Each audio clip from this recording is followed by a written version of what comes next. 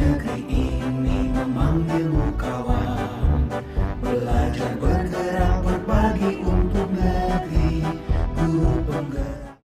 Assalamualaikum warahmatullahi wabarakatuh. Waalaikumsalam warahmatullahi wabarakatuh. Yang terhormat Kepala SD Negeri 1 Sukoharjo, yang kami hormati Bapak dan Ibu Guru SD Negeri 1 Sukoharjo.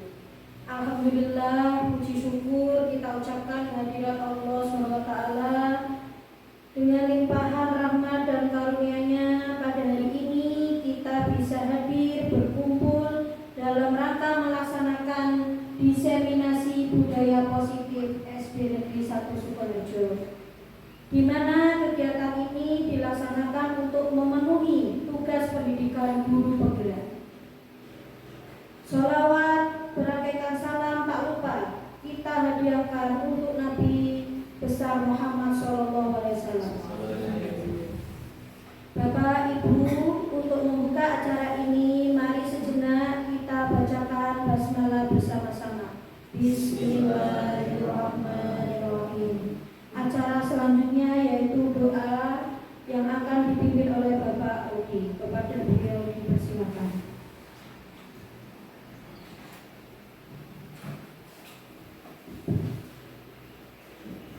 Assalamualaikum warahmatullahi wabarakatuh. Waalaikumsalam warahmatullahi wabarakatuh. Marilah kita berdoa bersama-sama. Semoga acara diseminasi budaya positif dari Sukoharjo ini berjalan dengan lancar dan mendapat ridho dari Allah Subhanahu wa Ta'ala. Amin. Al-Fatihah. A'udzubillahi minasyaitonir rajim. Bismillahirrahmanirrahim. Alhamdulillahirabbil alamin. Ar-Rahmanir-Rahim. Maliki yaumiddin. Iyyaka na'budu wa iyyaka nasta'in. Ihdinas siratal mustaqim. Shiratal ladzina an'amta 'alaihim ghairil maghdubi 'alaihim waladdallin. Amin. Bismillahirrahmanirrahim. Allahumma shalli ala sayyidina Muhammad wa ala ali sayyidina Muhammad. Walhamdulillahirabbil alamin. Hamdan amma wa yukafi masjidah. Ya Rabbana Allahumma sholli wa sallim ala sayyidina Muhammad salatan tunjina biha min al-awwal wal akhir wa taqdimu biha min al-hajat wa tuqarribuna biha min al-sayyi'at wa tarfa'una biha indaka 'ala darajat wa tubayyinuna biha surayat min al-khairat bil hayati wa ba'da al-mamat. Allahumma inna nas'aluka salamatan fi dinina wa rahmatan fi jasadina wa zinatan fi ilmina wa barakatan fi rizqina wa rahmatan min khawfina wa najatan min an-nar wal ahwal wal hisab. Rabbana la tuzigh qulubana ba'da idh hadaytana wa hab lana min ladunka rahmatan innaka antal wahhab. Rabbana zalamna anfusana wa in lam taghfir lana wa tarhamna lanakunanna minal khasirin. Rabbana atina fid dunya hasanah wa fil akhirati hasanah wa qina adzaban nar. Subhana rabbika rabbil izzati amma yasifun wa salamun 'alal mursalin walhamdulillahi rabbil alamin.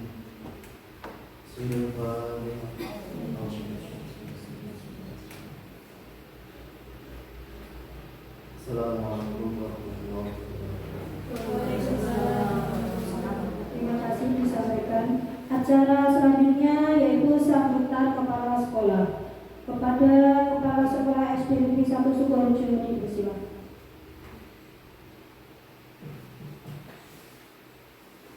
Assalamualaikum warahmatullahi wabarakatuh. Waalaikumsalam warahmatullahi wabarakatuh. Bismillahirrahmanirrahim. Alhamdulillahirabbil alamin. Wassalatu wassalamu ala asrofil anbiya'i wal mursalin wa ala alihi wa ashabihi ajma'in. La haula wa la quwata illa billahil aliyyil azim. Amma ba'd. Dumateng Bapak Ibu Dewan Guru SDN 1 Sukoharjo yang saya hormati, pertama-tama marilah kita memanjatkan rasa syukur kita kehadirat Allah Subhanahu wa Ta'ala. Bihaulina alhamdulillahirabbil alamin. Karena apa? Karena pada pagi ini kita masih memberikan rahmat berupa kesehatan sehingga kita bisa melaksanakan acara diseminasi budaya positif SD Negeri 1 Sukoharjo dalam keadaan sehat walafiat. Amin. Kedua kalinya sholawat serta salam mari kita haturkan kepada junjungan kita Nabi besar Muhammad Sallallahu Alaihi Wasallam. Bihaulina Allahumma sholli ala Sayyidina Muhammad wa ala ali Sayyidina Muhammad. Dengan harapan mudah-mudahan nanti kita semua di yaumul qiyamah mendapat syafaat dari Rasulullah Sallallahu Alaihi Wasallam. Amin amin ya rabbal alamin.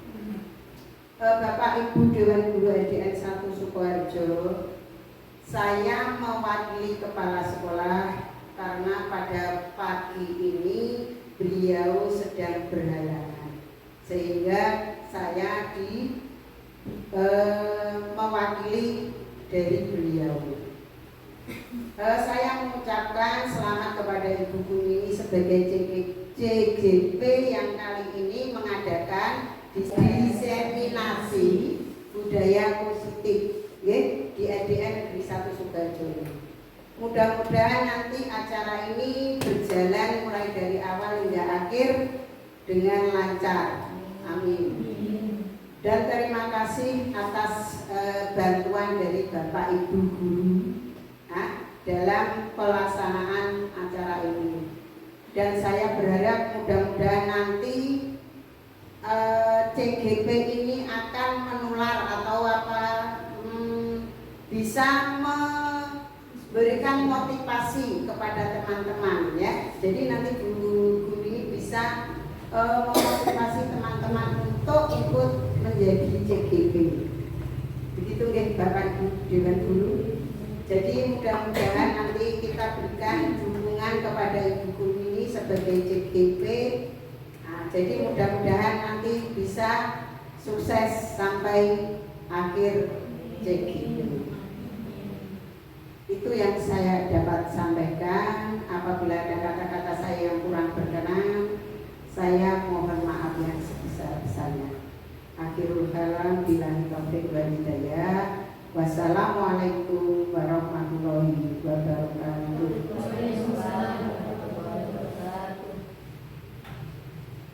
Terima kasih disampaikan. Acara selanjutnya yaitu materi diseminasi budaya positif oleh Bu Kumini CGP Angkatan 9. Kepada beliau.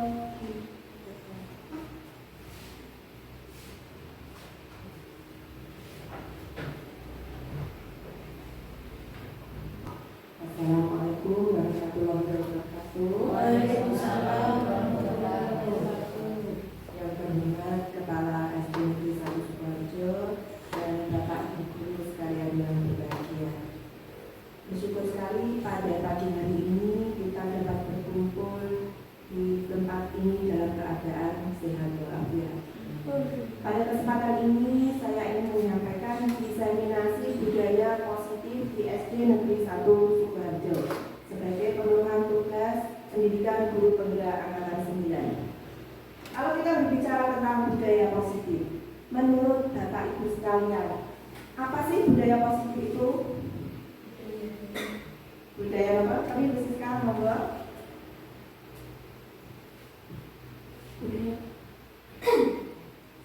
Budaya positif merupakan budaya yang mengarah ke kebaikan seperti kedisiplinan, lalu tanggung jawab, kerjasama, seperti itu.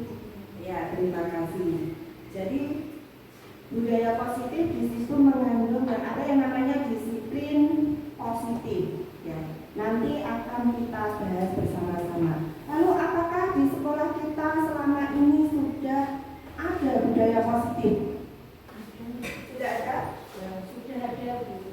Sudah ada, contohnya yaitu jika setelah upacara selesai setiap hari Senin itu anak-anak selalu saling kalau pada Bapak Ibu Guru mulai dari kelas 1 sampai kelas 6 itu.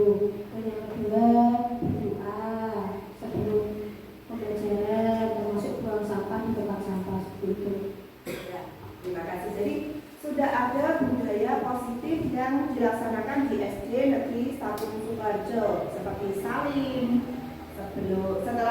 pelaksanaan upacara bendera, lalu ada pembiasaan sholat duha, seperti itu ya. Kegiatan ini merupakan aksi nyata modul 1.4, berbagi pengalaman penerapan budaya positif di SD Negeri 1 Sukoharjo. Konsep budaya positif. Jadi nanti saya akan menjelaskan tentang filosofi pendidikan menurut Ki Hajar Dewantara dalam paradigma pembelajaran, disiplin positif, kebutuhan dasar manusia, motivasi perilaku manusia, restitusi, keyakinan kelas, posisi kontrol guru, dan segitiga restitusi. Jadi nanti akan kita kupas satu persatu. Filosofi pendidikan menurut Ki Hajar Dewantara. Pendidikan itu adalah usaha yang dilakukan untuk menuntun segala tumbuh kembangnya bakat anak sesuai dengan kekuatan kodrat yang ada pada anak-anak agar mereka dapat mencapai keselamatan dan kebahagiaan yang setinggi-tingginya, baik sebagai manusia maupun anggota masyarakat. Jadi, pendidikan itu menuntun anak sesuai dengan kodrat alam dan kodrat zaman. Maksudnya kodrat alam adalah sesuatu yang sudah mereka miliki sejak lahir. Bakatnya itu apa? Kalau kodrat zaman berarti kita harus bisa menuntun anak sesuai dengan perkembangan zaman saat ini. Jadi kalau sekarang musim ilmu pengetahuan dan teknologi, jadi kita harus bisa menuntun anak mengikuti perkembangan zaman.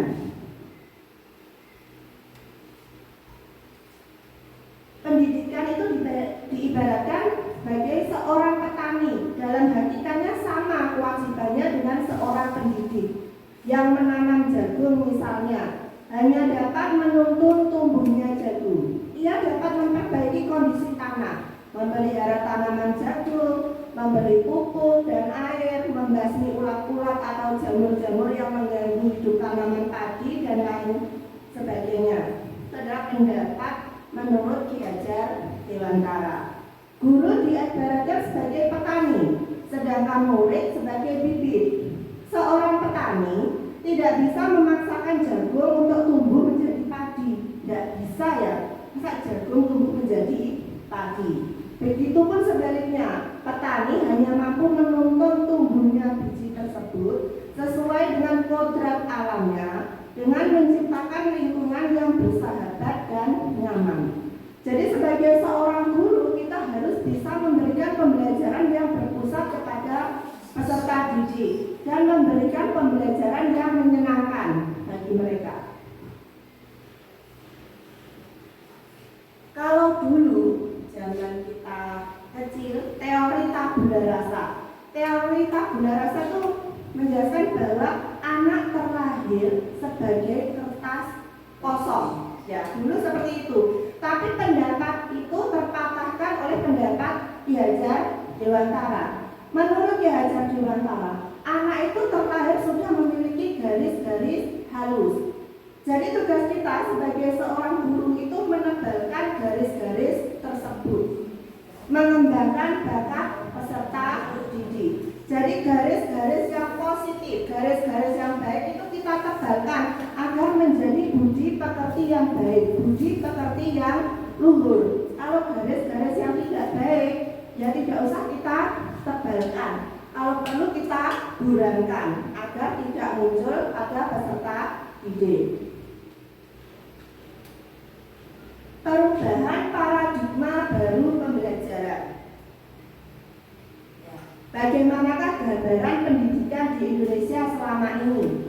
Ya, di situ ada gambar gurunya itu mengajar, ada monyet, ada gajah, lalu ada lumba-lumba, ada ikan, ada anjing.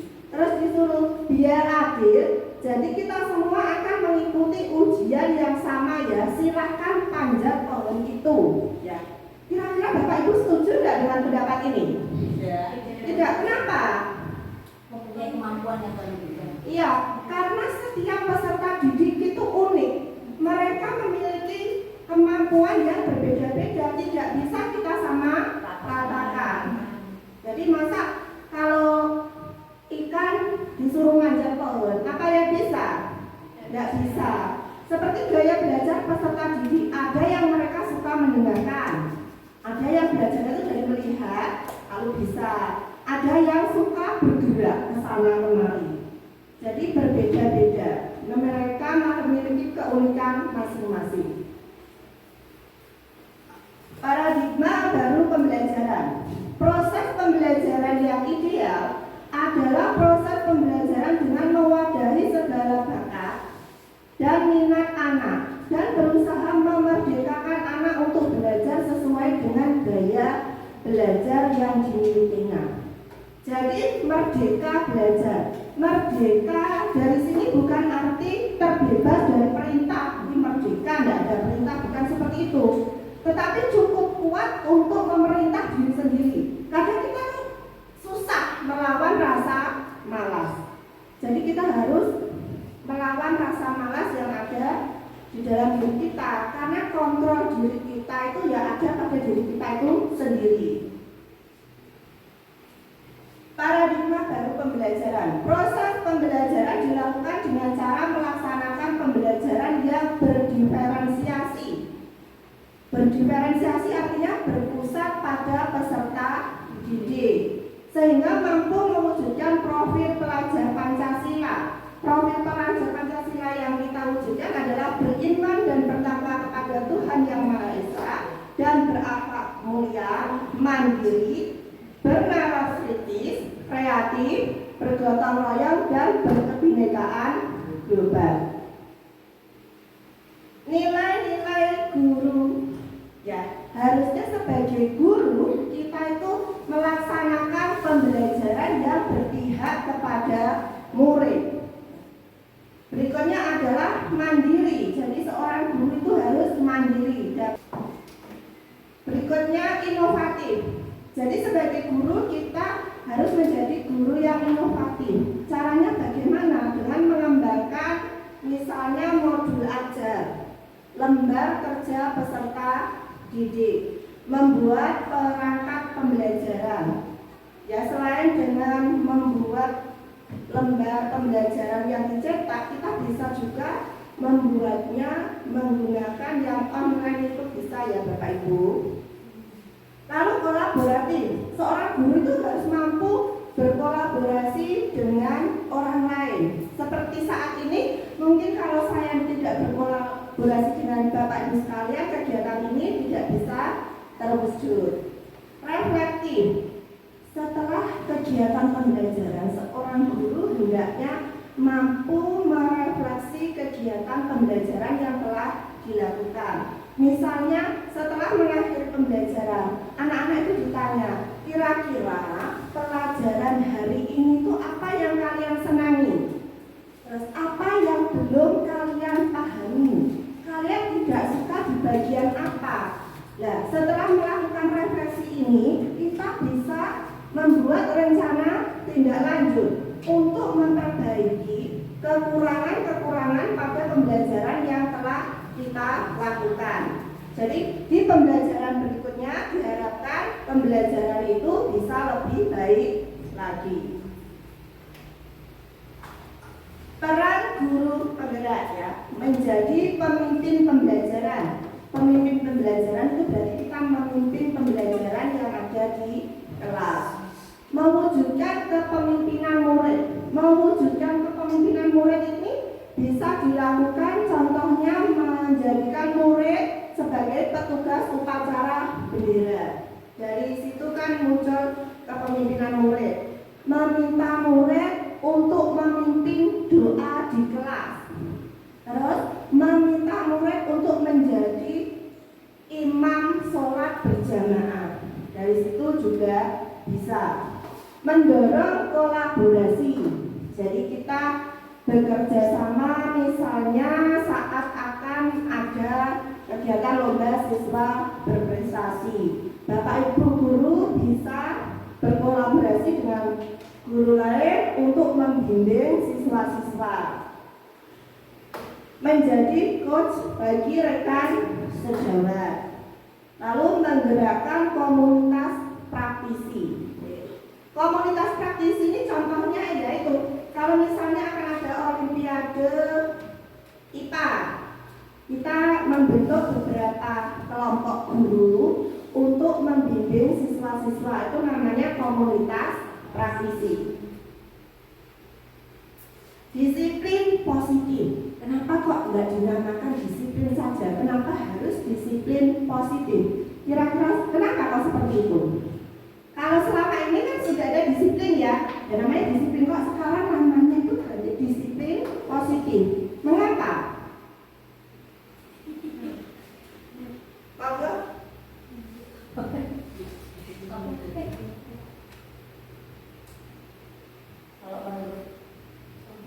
Kalau menurut saya mungkin lebih untuk mengarahkan anak-anak itu bertanggung jawab atas apa yang mereka lakukan, bukan sekedar dituntut untuk melakukan aturan-aturan yang sudah ditetapkan itu. Terima kasih Bu Fitri. Jadi disiplin positif itu yang tumbuh atas motivasi intrinsik. Ya, jadi motivasi yang ada pada diri siswa tersebut. Jadi siswa itu tidak disiplin ketika disuruh kamu besok harus seperti ini, nurut karena takut dengan gurunya, karena ingin dipuji, wah caki kok pintar dia budaya isu, karena ingin dipuji gurunya. Bukan seperti itu.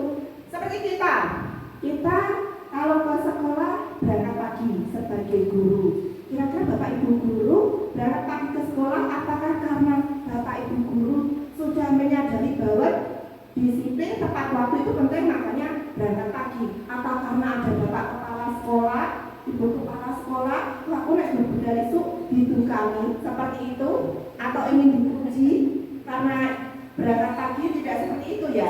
Jadi yang disiplin positif itu tumbuhnya dari dalam diri. Jadi ada atau tidak yang memarahi, ada atau tidak yang memuji, tetap akan dilakukan. Misalnya saja kita temui murid kita, kalau diajar bunur, wanteng, kami diajar bunur. Begitu bunur tidak masuk, muridnya diajar Bu Siska, bisa saja kertas ulangan itu disobek-sobek, karena patuhnya hanya sama bunur. Seperti itu, kalau motivasinya, disiplinnya itu tidak dari dalam diri siswa, akan terjadi seperti itu. Nah, bagaimanakah kita menumbuhkan disiplin positif pada diri anak? Ketika mendengar kata disiplin, apa yang terbayang di benak Bapak Ibu? Apa yang terlintas di pikiran Bapak Ibu? Kebanyakan orang menghubungkan kata disiplin dengan tata tertib, teratur, dan kepatuhan pada peraturan. Kata disiplin juga sering dihubungkan dengan hukuman, padahal itu sungguh berbeda, karena belajar tentang disiplin positif tidak harus dengan memberi hukuman. Justru itu adalah salah satu alternatif terakhir, dan kalau perlu tidak digunakan sama sekali. Jadi kita itu kalau perlu tidak menghukum siswa.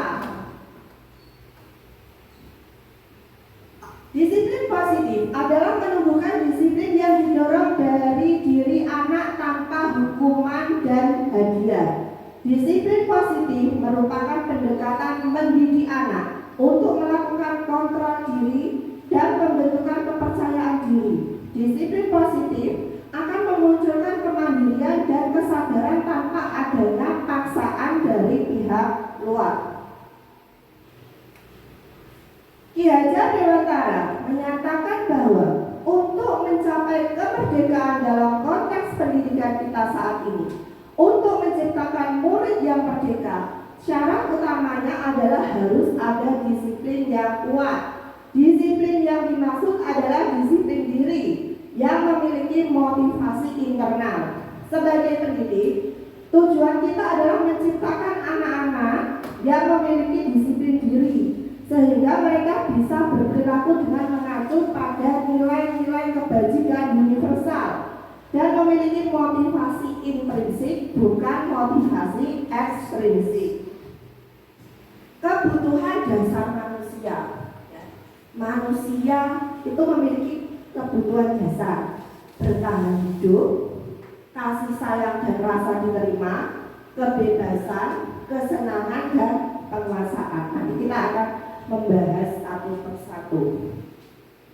Kebutuhan bertahan hidup. Jadi manusia itu butuh bertahan hidup.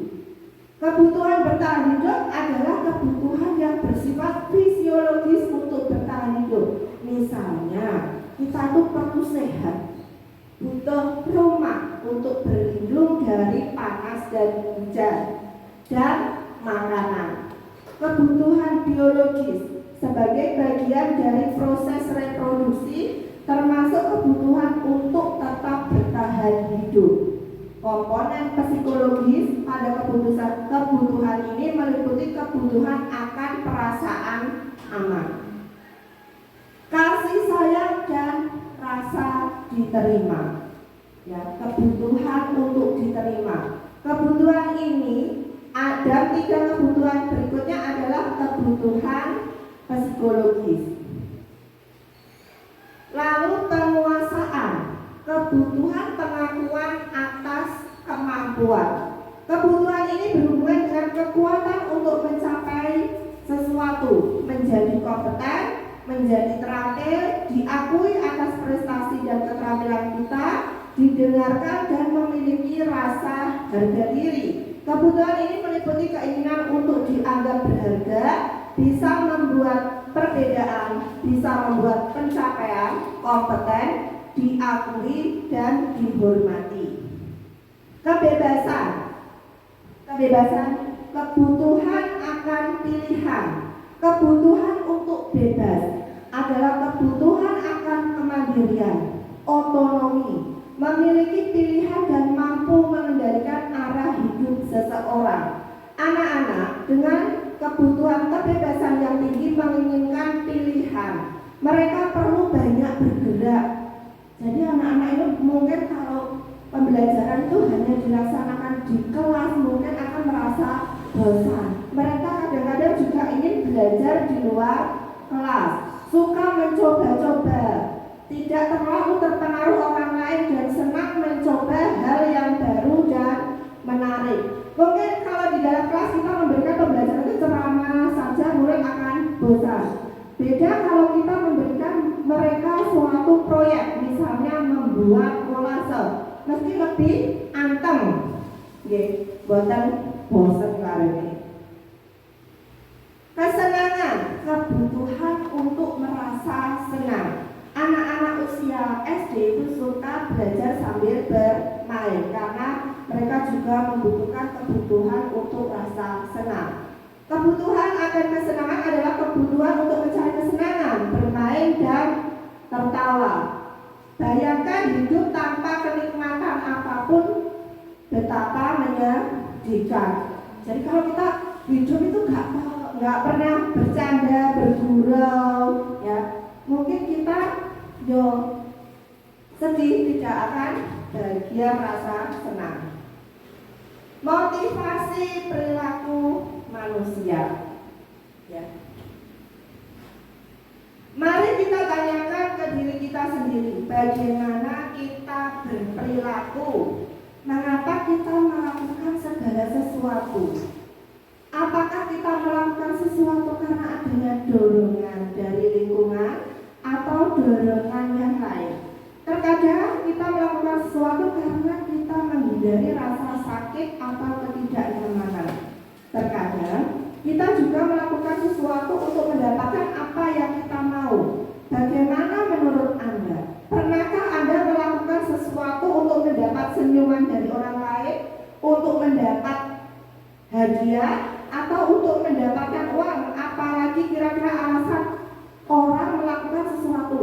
Mungkin dulu saat kecil pernah dilakukan. Apa yang Bapak Ibu pernah lakukan untuk misalnya mendapatkan hadiah dari orang tua? Mungkin dimotivasi apa? Nanti kalau ranking 1, nanti Ibu akan memberikan kamu sepeda. Nanti kalau kamu dapat nilai 100, nanti Ibu akan memberikan kamu satu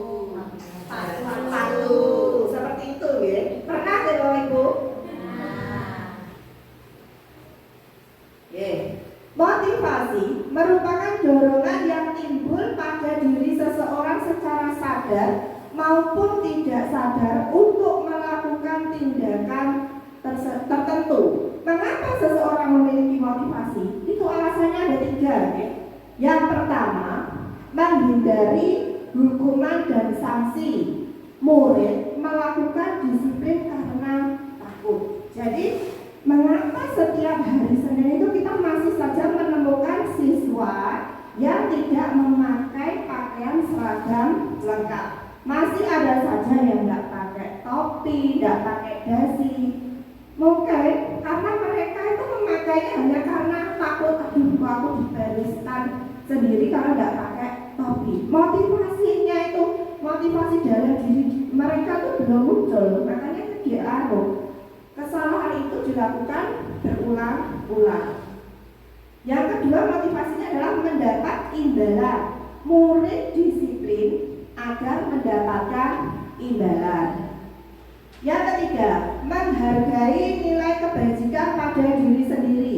Murid menyadari pentingnya nilai kebajikan yang harus dimiliki. Kira-kira dari ketiga ini yang baik yang mana, Bu? Pak? Ya, yang C.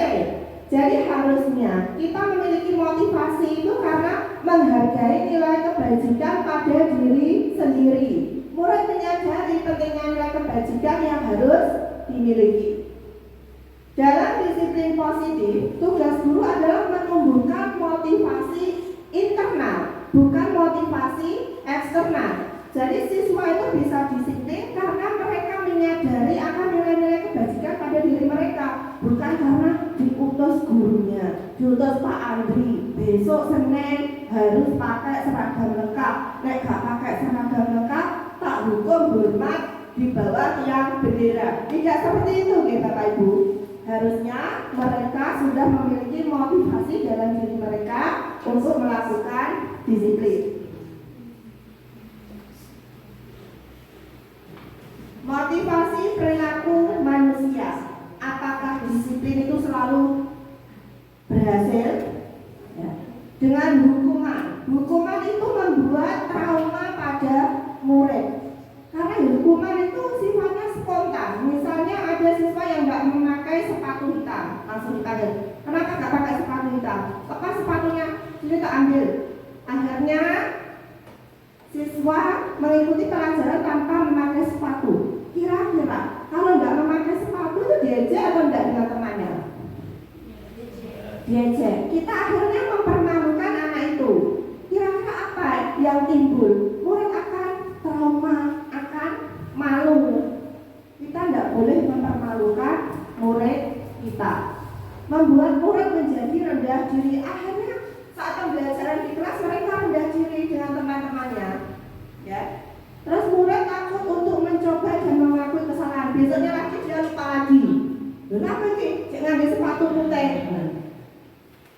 Dia nggak akan jujur, nggak akan ngaku. Sebaiknya kita sebagai guru harus bagaimana? Kita tanya dulu. Misalnya namanya Rudy, Ruth. Kamu tahu nggak peraturan di sekolah kita? Seperti itu ya. Pakai sepatu putih itu sesuai dengan peraturan sekolah atau tidak? Harusnya ditanya seperti itu. Langsung, ayo dong, sepatu putih coba. Sudah seperti itu. Kalau seperti itu kan murid akhirnya tidak adanya upaya memperbaiki dari dalam diri murid. Bolak-balik ini mereka bolak-balik ini melakukan kesalahan secara berulang. Lalu penghargaan. Penghargaan itu mematikan kreativitas, menghukum kemampuan dengan ranking. Kalau dulu ada sistem ranking ya zaman mungkin kita masih kecil, kalau sekarang kan sudah tidak ada. Kalau dapat ranking 1, kira-kira anak yang lain itu menimbulkan kecemburuan sosial atau tidak? Ya cemburu ya, lo kok caranya sisi terus seperti itu ya. Mematikan kreativitas, menghukum kemampuan dengan ranking, tidak menumbuhkan kesadaran dalam diri murid, menimbulkan kecemburuan sosial. Bagaimanakah konsep disiplin positif ada membentuk identitas sukses. Jadi beda ya antara konsekuensi dengan restitusi. Nanti Bu Guru bedakan, Bapak Ibu sekalian, bagus konsekuensi atau bagus restitusi. Dalam konsekuensi, kita tuh membuat kesepakatan yang akan dilakukan oleh kedua belah pihak. Memberikan penguatan untuk jangka pendek dan murid berkomitmen untuk melaksanakan konsekuensi yang dibuat. Nanti di pembahasan berikutnya ada nanti ya yang terkait konsekuensi restitusi ya. Kalau dengan restitusi, murid menyadari dengan sepenuh hati tanggung jawab sebagai murid. Murid memecahkan permasalahan yang mereka hadapi secara mandiri. Murid kembali dalam kelompoknya dengan karakter yang lebih baik. Kalau konsekuensi, kamu hari ini datang terlambat. Konsekuensinya kamu harus, misalnya kita suruh untuk nanti 30 menit kemudian baru masuk ke kelas, sudah terlambat 30 menit lagi baru masuk ke kelas ya. Itu karena sebelumnya jadi ada kesepakatan guru dan murid masuk sekolah jam 7 pagi, ternyata dia datang terlambat. Konsekuensinya dia harus berada di luar kelas dulu selama 30 menit. Kalau restitusi tidak. Kalau dengan restitusi, misalnya ada murid datang terlambat. Mereka datang terlambat, kita persilakan masuk untuk duduk. Nanti saat istirahat kita bisa memanggil murid tersebut ke kantor atau bicara di dalam kelas, ditanya, "Nah, kamu tadi datang terlambat ya?" "Iya Bu." "Kenapa kamu datang terlambat?" Seperti itu. Apakah datang terlambat itu sesuai dengan keyakinan kelas kita? Setelah itu nanti kita tanya anak tersebut, kalau bagaimana ya sebaiknya kamu itu agar besok nggak terlambat lagi. Dari kita sebagai guru itu membantu siswa mencari solusi agar besok itu nggak diulangi lagi. Jadi begitu anak tersebut kembali ke kelasnya, mereka kan gak malu. Kita tidak mempermalukan anak, tapi membantu anak mencari solusi atas permasalahannya. Kita masuk ke restitusi. Apakah yang dimaksud dengan restitusi?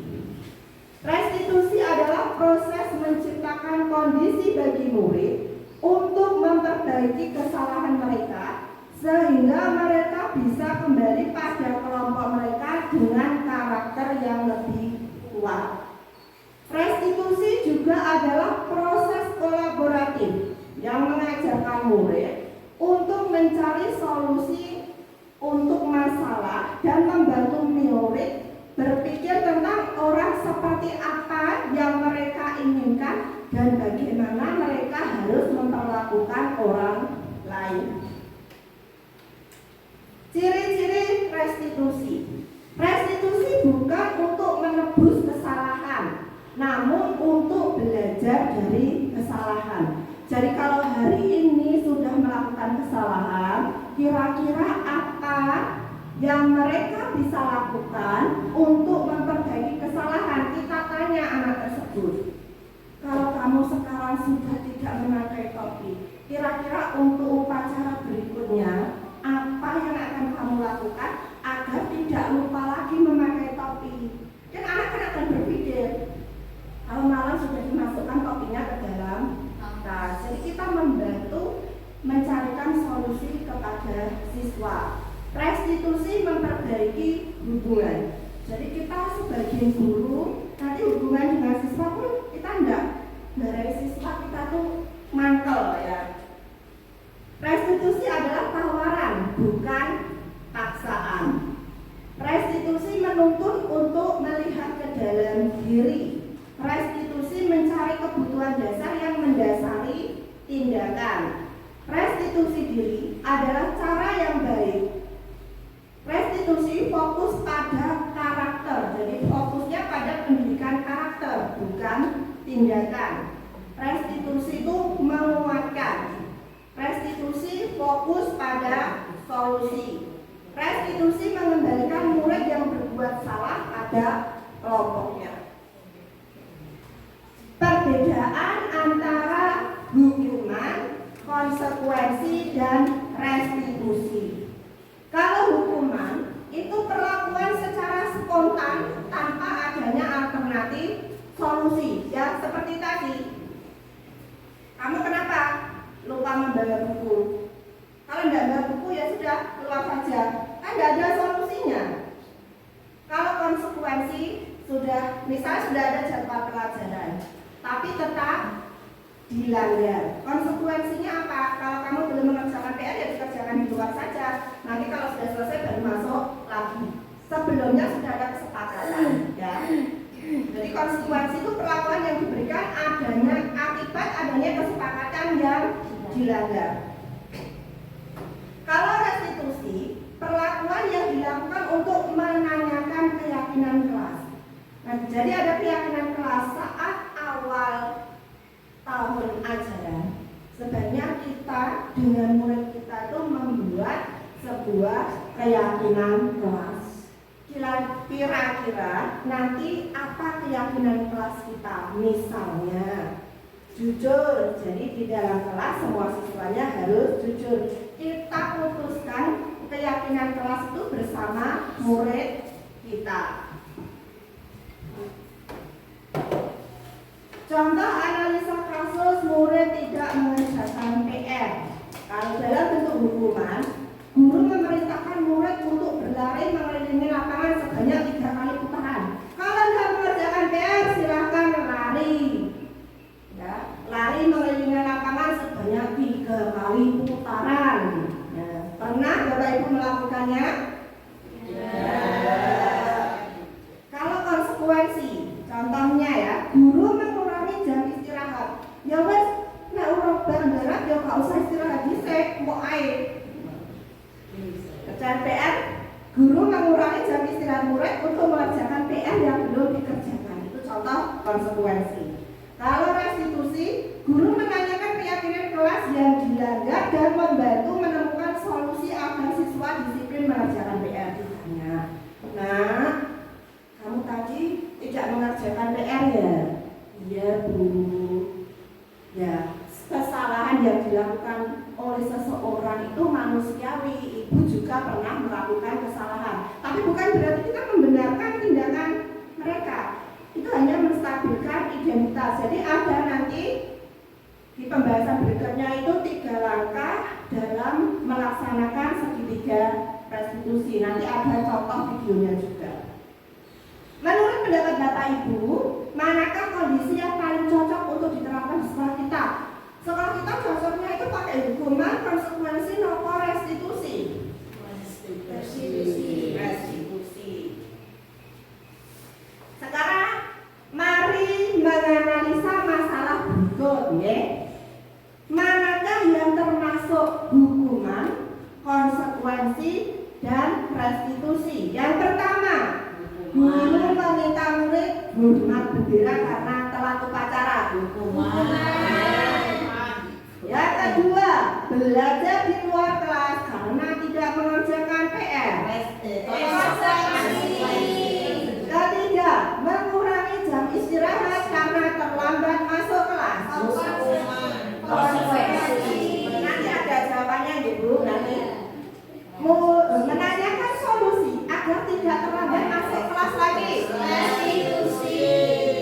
Murid berlari mengitari lapangan karena terlambat jam PJOK. Guru jaga murid menuliskan.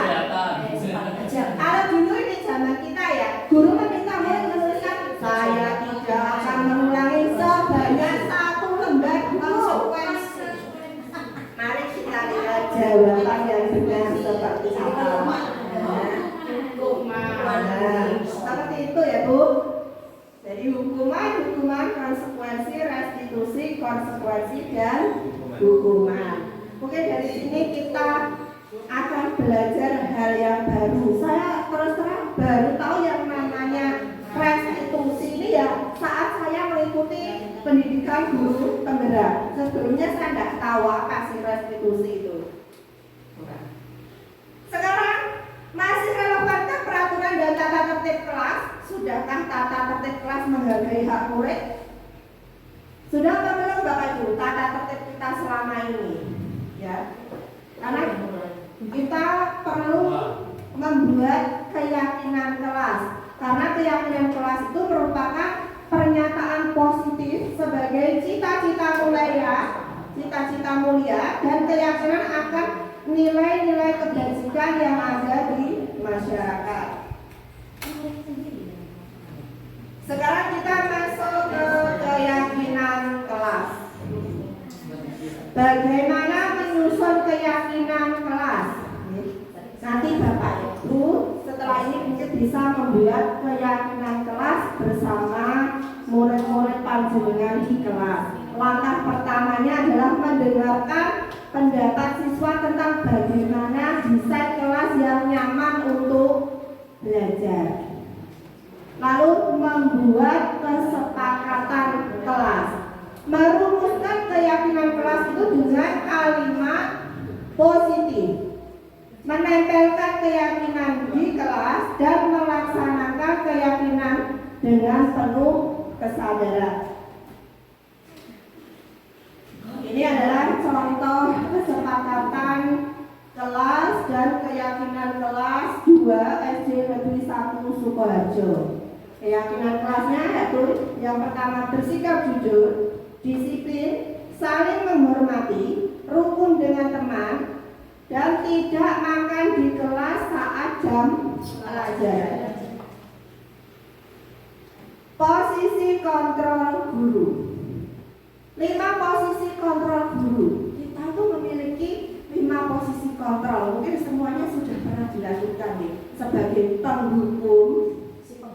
Ya, seperti tadi ya, memberi hukuman atau pembuat merasa bersalah. Kamu tadi loh tak terang dari pagi sampai siang kok gak mudeng-mudeng, kok gak ngerti-ngerti, apa gak ngesana karo bu guru. Itu namanya pembuat merasa bersalah. Kalau teman, posisi kita sebagai teman, ayolah nanti kerja no tugas kuwi, beda mati, beda mantu. Seperti itu posisi teman. Lalu posisi pengontrol, sudah dikerjakan belum tugasnya? Ya.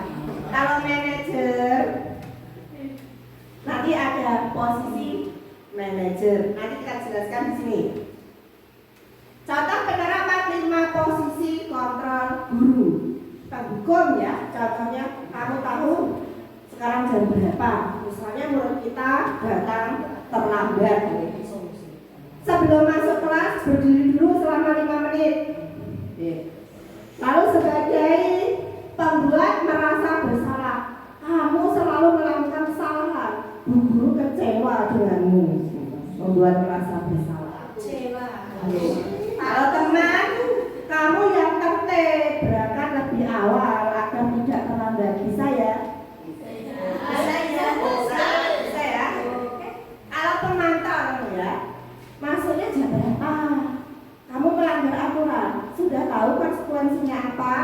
Sebagai pemantau. Kalau manajer, hari ini kamu berangkat agak siang ya?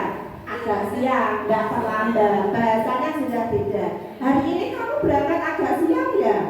Kira-kira keyakinan kelas mana yang kurang sesuai? Bagaimana ya caranya agar tidak terlambat lagi? Bagus yang mana? Yang baiknya yang mana? Manajer. Konsekuensi dari 5 posisi kontrol guru. Kalau kita itu menjadi penghukum, murid menjadi dendam. Oh, berani aku dihukum terus. Dan takut untuk bertindak. Kalau bulannya ada bulan, ayo minggir. Karena takut dengan bulan, misalnya bulan. Lalu pembuat merasa bersalah, murid merasa rendah diri dan depresi. Setelah tanya, kamu gak kasihan sama bu guru akhirnya anak itu? Sebenarnya aku gak ngomong apa-apa. Tenang, murid menyadari kesalahan, namun hanya patuh pada guru itu saja.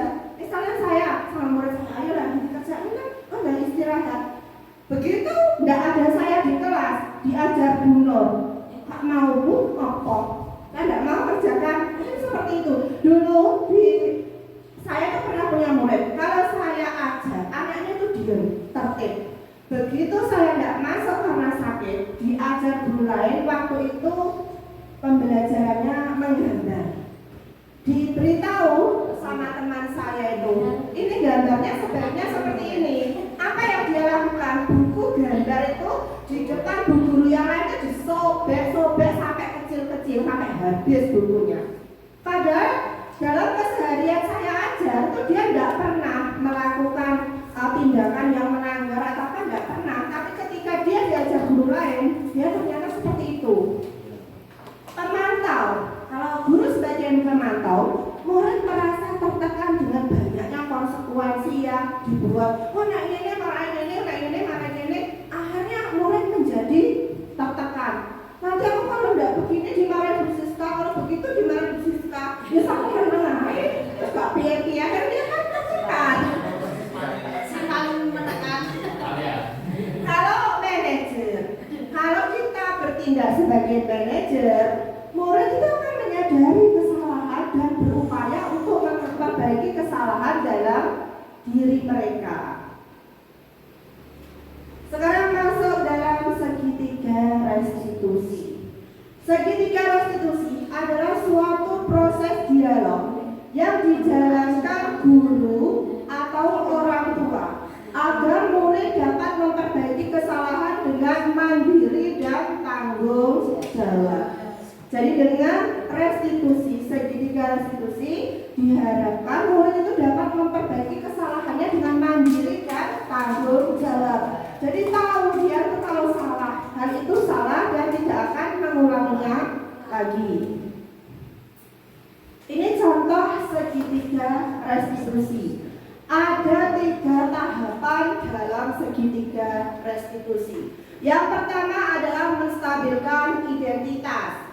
Ya, dengan cara menjelaskan pada murid bahwa suatu kesalahan merupakan proses dari belajar dan menggeser identitas gagal ke identitas sukses. Misalnya saja, hari ini Rudi berangkat sekolah kesiangan. Lalu pada jam istirahat saya memanggil Rudi ke kantor. Mas, kenapa hari ini kamu datangnya agak telat ya Mas? Iya Bu. Kenapa kamu kok datang agak telat? Ngantuk Bu, semalam begadang. Ya, melakukan kesalahan itu adalah sesuatu yang manusiawi. Gitu ya. Kalimatnya contohnya seperti itu. Yang kedua adalah validasi tindakan yang salah. Setiap perilaku merupakan upaya pemenuhan suatu kebutuhan tertentu. Guru akan mengenali dan mengakui kebutuhan murid dan akan memperbaiki hubungan dengan murid. Misalnya setelah dipanggil itu ya, di sini Bu Guru tidak akan mencari siapa yang benar dan siapa yang salah. Bu Guru di sini akan membantu kamu mencari solusi agar besok tidak akan datang terlambat lagi. Yang ketiga, menanyakan keyakinan. Murid akan diberi keyakinan dengan pertanyaan-pertanyaan untuk memunculkan perubahan dari dalam diri mereka, motivasi intrinsik, sehingga mampu menaikkan keyakinannya pada tindakan yang salah. Rudi, Mas Rudi, ya, kamu tahu nggak kalau berangkat sekolah itu terlambat itu baik atau tidak? Tidak. Kira-kira keyakinan kelas mana yang kamu langgar? Datang tepat waktu. Kalau begitu, kira-kira apa yang akan kamu lakukan agar besok tidak datang tepat, tidak datang terlambat lagi? Bangun pagi Bu Guru. Ya, seperti itu. Jadi ini namanya segitiga restitusi. Jadi upaya kita untuk membantu siswa dalam menyelesaikan masalah. Jadi bisa nanti Bapak Ibu terapkan di kelas saat ada muridnya yang bermasalah. Jangan langsung dimarahi, jangan langsung dihukum. Ini adalah contoh penerapan segitiga restitusi yang telah saya lakukan. Ini adalah demonstrasi kontekstual modul 1.4 penerapan segitiga restitusi yang telah saya lakukan di kelas saya ya. Jadi tadi penjelasannya segitiga restitusi, langkah-langkah segitiga restitusi, menstabilkan identitas, validasi tindakan yang salah, dan menanyakan keyakinan. Skenario kasus pertama, saat mengerjakan tugas di kelas, Hasna mencontoh jawaban temannya atau menyontek. Guru menyelesaikannya dengan penerapan restitusi ya. Jadi ini videonya, Hasna mencontek pekerjaannya dia ya, yang paling depan loh.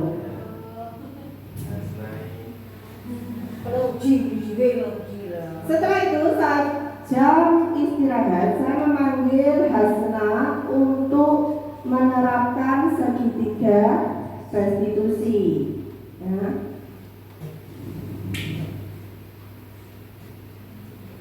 Yang pertama adalah menstabilkan identitas. Saya tanya kepada Hasna, Hasna, kamu tadi saat pelajaran mencontoh jawabannya dia ya? Iya Bu. Kira-kira menyontek itu perbuatan yang benar atau tidak benar?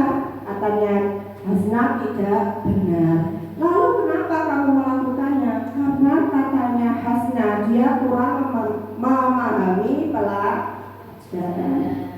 Lalu saya tanyakan lagi, kira-kira keyakinan kelas apa yang kamu langgar? Hasna menjawab saya tidak jujur. Ya. Lalu upaya apa yang akan dilakukan Hasna agar pada pembelajaran berikutnya dia tidak mencontek lagi? Hasna berjanji akan belajar lebih giat lagi, lebih percaya diri dan jujur. Berikutnya adalah aksi nyata budaya positif di sekolah kita. Di sekolah kita itu sudah menerapkan budaya positif. Contohnya dengan bersalaman setelah selesai mengikuti kegiatan upacara bendera. Berikutnya memimpin doa di kelas. Kita membiasakan berdoa sebelum dan setelah selesai melaksanakan pembelajaran. Yang ketiga, melaksanakan sholat duha berjamaah. Aksi nyata menumbuhkan kreativitas murid. Itu kemarin yang jelajah Nusantara, kita meminta kreativitas siswa kita untuk membuat topi ya dari daun. Lalu ini membuat kerajinan dari kapas ya untuk membuat domba. Berikutnya itu membuat simbol rantai ya, simbol rantai. Aksi nyata budaya positif menumbuhkan kepemimpinan murid. Contohnya pada kegiatan upacara bendera. Aksi nyata budaya positif, kesepakatan dan keyakinan kelas ya. Keyakinan kelas 2, bersikap jujur, disiplin, saling menghormati, rukun dengan teman dan tidak makan di kelas saat jam pelajaran. Terima kasih. Mungkin demikian yang dapat saya sampaikan, kurang lebihnya saya mohon maaf. Wassalamualaikum warahmatullahi wabarakatuh. Masya Allah, luar biasa materi dari Bu Mimi. Tepuk tangan untuk Bu Mimi. Bagaimana Bapak Ibu sudah mulai tergugah dengan materi diseminasi budaya positif? Insya Allah. Acara berikutnya yaitu tanya jawab. Silakan Bapak Ibu yang mungkin tadi ada unek-unek yang ingin ditanyakan yang mungkin belum paham, silakan bisa ditanyakan ke Bu Mimi. Monggo silakan.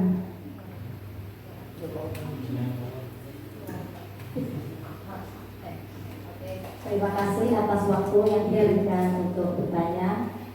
Tadi saya sama Bu Siska sempat bisik-bisik bedanya kesepakatan kelas sama keyakinan kelas itu bedanya terletak di mana?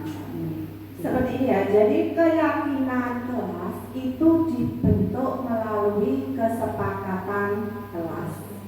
Jadi keyakinan kelas dibentuk melalui kesepakatan kelas, kesepakatan antara guru dan murid. Seperti itu ya, Bu Fitri.